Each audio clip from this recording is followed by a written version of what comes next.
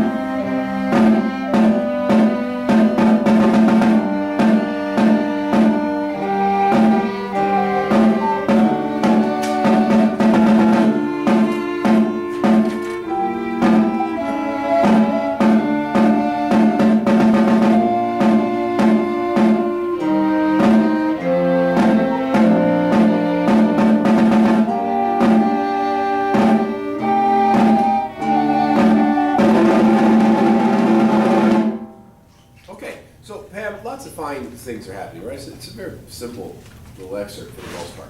If we nitpick just a little bit, I think when you look at your recording, you'll agree that your mezzo piano and your forte weren't a whole lot different.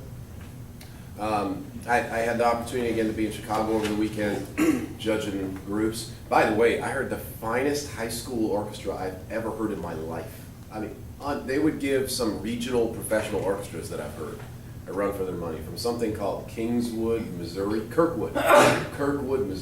the Kirkwood High School Orchestra. Unbelievable. I mean, they played a tango by Piazzolla. They played some Tchaikovsky. I mean, the hardest lit, exceptionally well performed. The reason the experience came to mind of the 25 groups over 2 days was the most common thing none of them did was play any dynamics. Surprise, surprise. Same thing we're all dealing with here.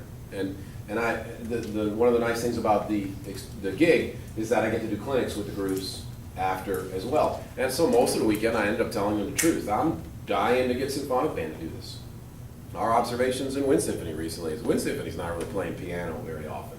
It's just the way it is. It's really hard to make a pure piano, and it takes such great commitment to it. And it's really hard to play a pure forte, a real fortissimo that doesn't get to be an ugly sound. You know, very rarely do groups do it because it's so darn hard, and it just takes such a commitment to do it.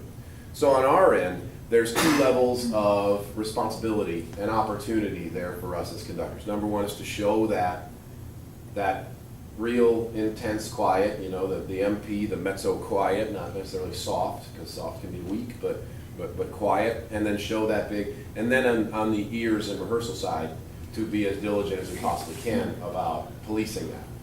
You know, that I suffer with it, everybody does. It's just, we know that it's a pain in the neck. We know that as the conductor, when you're harassing the group constantly to play piano, that's annoying to the players. I've been there, everybody's been there.